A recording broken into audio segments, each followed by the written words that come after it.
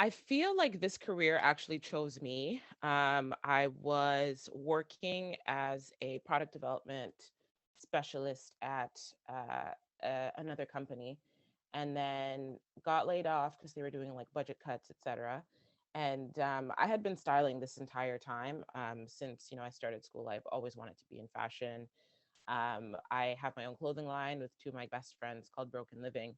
And so we'd always been in the fashion industry for a very long time.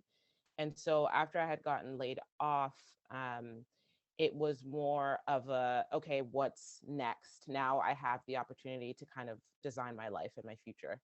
And not too long after that, a friend of mine reached out to me and asked if I wanted to costume design a very, very low budget indie film. And then, I mean, it was a very interesting experience. I knew nothing about, being in the film industry, but I mean, as soon as I saw like that first take on camera, I was hooked. And then, yeah, ever since then, I've just been, chasing that dream of being that costume designer. Being Black in the industry means, taking up space, telling our own authentic stories, from our own point of view and not from the point of view of somebody who isn't Black or someone who hasn't been part of, the Black experience. And it also means kind of creating lanes that aren't traditional, I guess, in like the Black, especially like the Black immigrant household.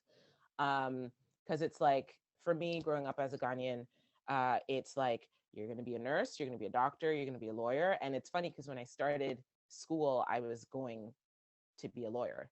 That was kind of my family's dream. So, being Black and actually doing the things that I'm doing and doing them well and being consistent and actually making money is actually proof that, you know, we can create our own stories and we can also exist in spaces that aren't the traditional, Black immigrant dream. I think like in the design space with Broken Living, it was, you know, seeing people like Erica Badu wearing our pieces or seeing, singers like JoJo wearing our pieces, just like people that we like looked up to wearing our designs, and then being featured in like magazines and like fashion magazine, Flair magazine, like just, visualizing something that we created from like the basement and then seeing it now in spaces that we've always wanted to be in. And then I guess like in the film space, as a Black female, I think it's just, being recognized for the work that I put out and, being nominated for CAFCAT awards and being, honored by OK Africa, just things like that, that kind of solidify my place in the industry and kind of affirm that I'm on the right path.